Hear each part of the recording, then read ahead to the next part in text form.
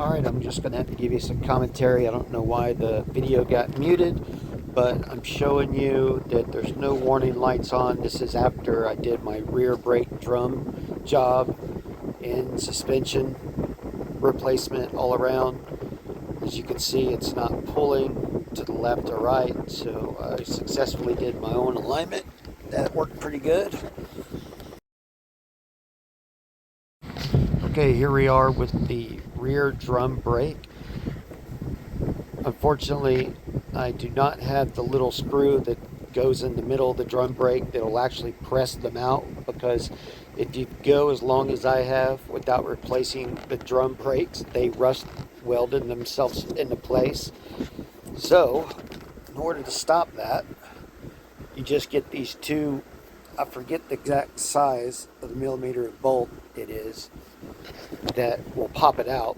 So we're just going to remove the suspension instead. Right now, I just took out the original suspension by taking the 3 bolts. There's 2 up top, 1 on the bottom, and luckily the nut stays in place for the bottom strut, so it's real easy to put this back in. Right now I'm just sizing up the other one to make sure it fits. Looks like it's a perfect fit, so we're going to put this back in exactly the way we took it out. There you go. As you can see, we're fitting that right into the correct spot. It's giving me a little trouble getting that bottom piece to go back in the same position because it's a tight fit. But other than that, it's a real easy job to do. Alright, we're getting it in the right position now.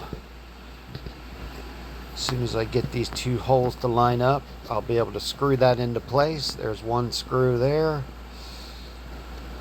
And we're going to use the 1-van impact wrench to make this light work. There's the 2nd screw going in. I like to use my fingers to make sure they screw in perfectly before putting on the impact wrench, so you don't take a chance on stripping one of the bolts out. Also, I'm fixing to put on one of my gloves so I don't get my fingers all messed up. It's pure hell getting these grease out of your fingernails. Alright, looks like I've already installed it, and we're off to the next job. So there you go, there's 1 bolt, there goes the 2nd one. They're both locked in place now. I'm going to give it a couple more taps because I just want to see if I can get it off. And also, here's the screw holes I was talking about earlier. This screw I have is not big enough, so we'll have to redo this drum brake at a later date. But we did manage to get the driver's side off, and look at the meat on that brake. I mean, this is the first time it's been taken off since 2006, or whenever it was purchased in 2007. I bought it with 17,000 miles on it, and I've never changed the rear brakes, so it still had plenty of meat. I really didn't even need to change it, but what I did need to change is that cylinder right there. So we're going to spray it with some PB Blast to see if it'll penetrate through this rusted on screws, and hopefully we'll be able to get it out with minimum effort. There you go. We're going to spray that in there really good, because this is the first time I've ever done a drum brake, and it took me a long time because I didn't know what I was doing at first, but now after trial and error, I've got it down packed, and I feel like I could be an expert at this point. So right now, this is a good look on exactly the way it's supposed to look. So when you go to install the new one, look at where the springs are at. Look how everything is screwed in. And this is the back of the drum brake, and here's underneath the drum brake. Just wanted to see if there's any extra screws I got to pay attention to. Those are the 2 screws that will release that strut, which we'll take out in a minute. This is the tool that I got off Amazon, and it did not work very well trying to get these springs out. Believe it or not, there's only 1 tool that you really need to use, and it's just 1 little long pole, which you'll see here shortly. It's the best thing for putting the springs on and taking them off.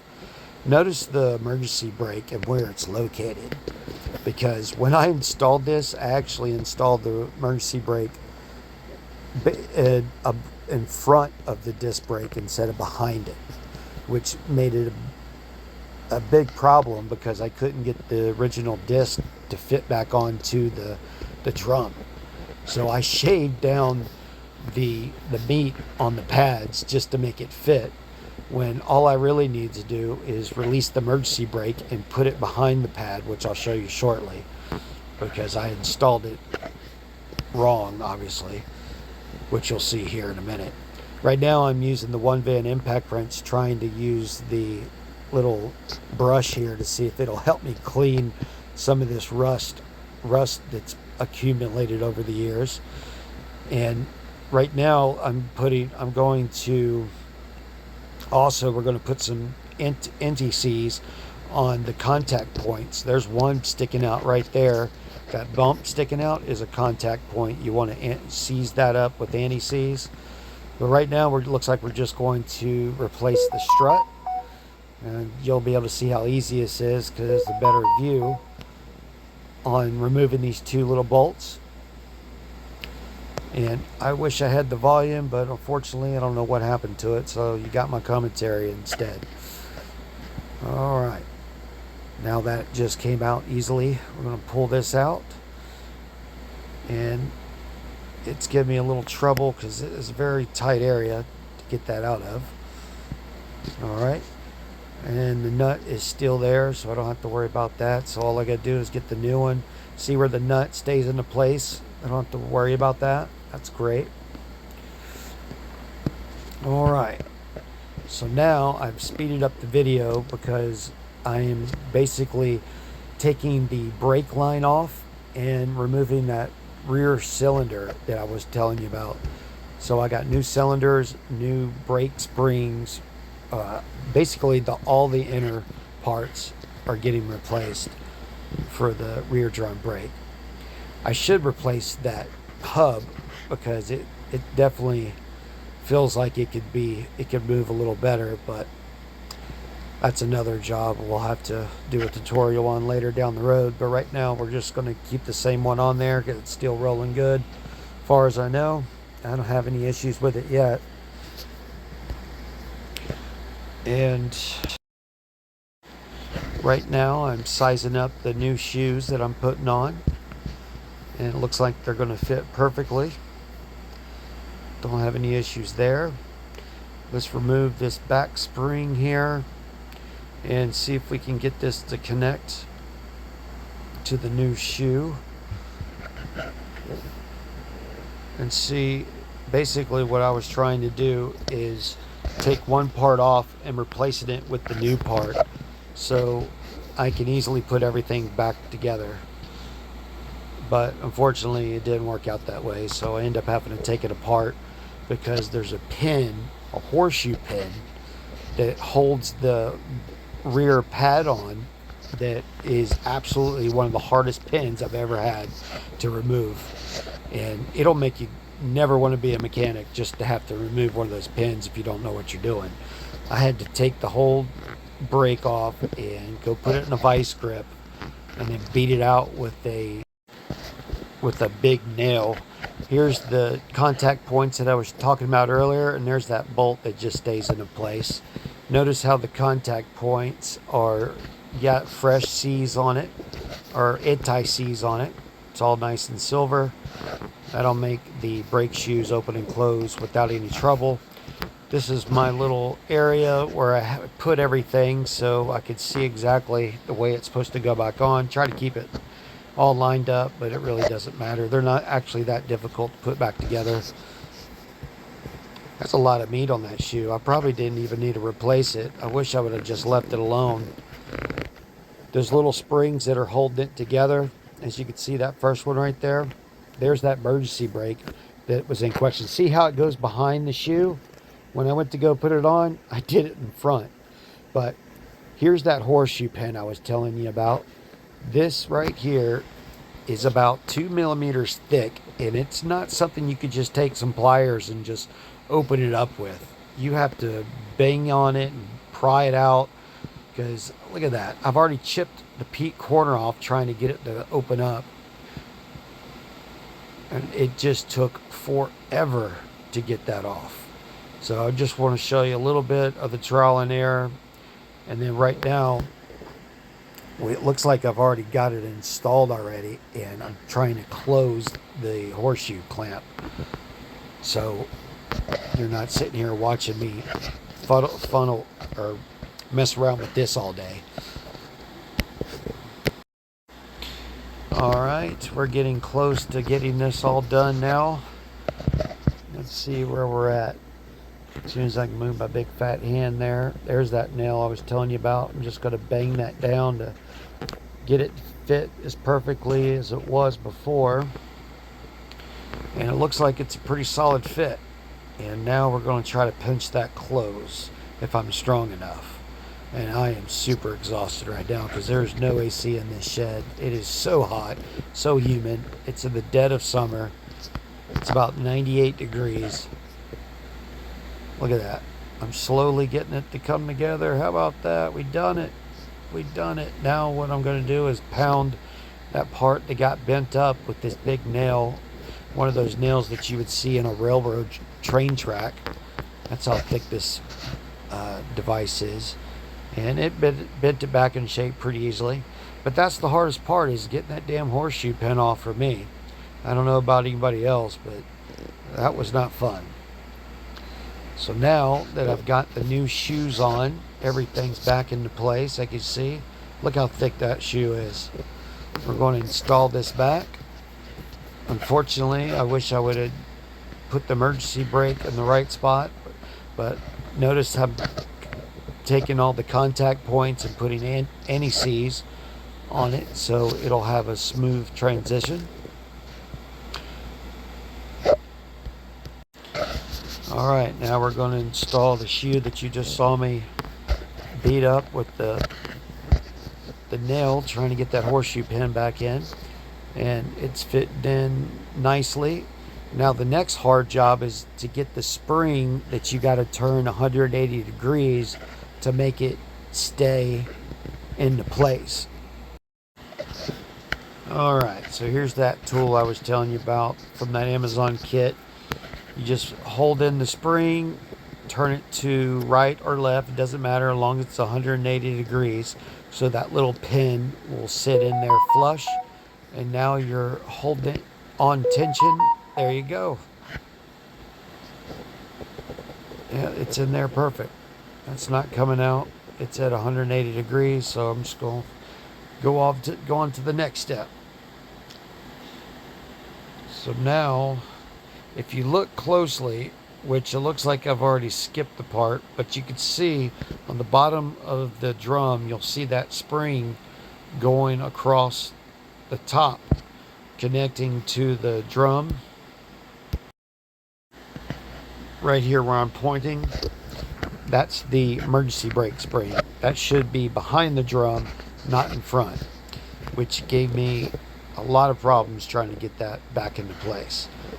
Here's another little bit of trial and error trying to get that spring on, but literally all you need is this pole, which I'm going to fast forward to so you don't have to see all this.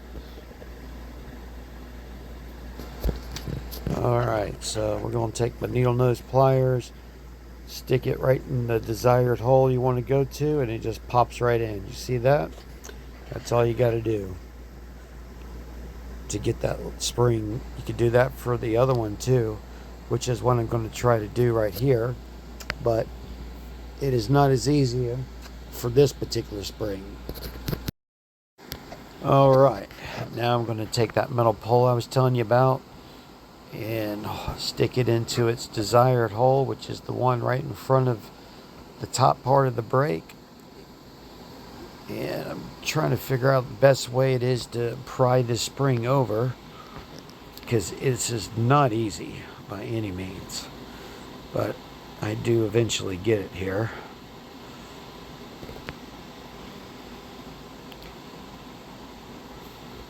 So basically what you do is stick that through that hole and do it basically just like the pliers.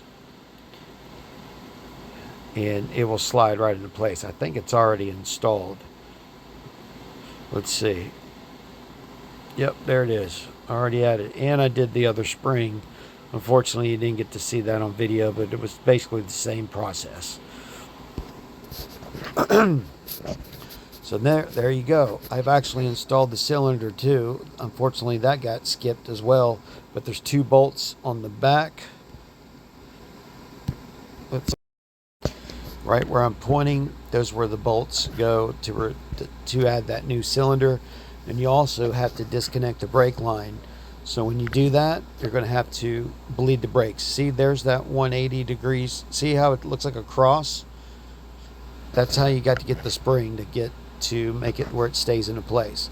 Here's a close-up look at where the new strut is going to go, so you can get a good idea. I've already installed that again. Unfortunately, you didn't get to see that as well, but it's pretty simple. You just stick it up there and screw those 2 bolts on. There's nothing special about it. Right now, I'm tightening down the wheel that releases or expands the shoes for your brakes. It's a little spiky gear basically, and you could stick the screwdriver from behind, and there's a rubber insert that you can remove and stick the screwdriver back there and slowly screw it in or out. You can feel it tighten it up, but I'm doing it from the front because I just feel it'd be easier this way. And now I am putting back on the drum, but what you did not see is I had to grind the inside of this drum out till it was shiny as a new nickel before I could get it to fit back on, because I did not install the emergency brake correctly, causing the horseshoes or causing the brake shoes to stick out too far. So I took off a lot of meat to where there was more meat before than the new ones. That's how bad it was. But it still works, so we went with it anyway. Alright, there you can see the backup camera works. That's a $20 backup camera with 4 actual cameras that see front, back, side, and record 24/7 as soon as you start driving. Thanks for watching. We'll see you next time for the next tutorial.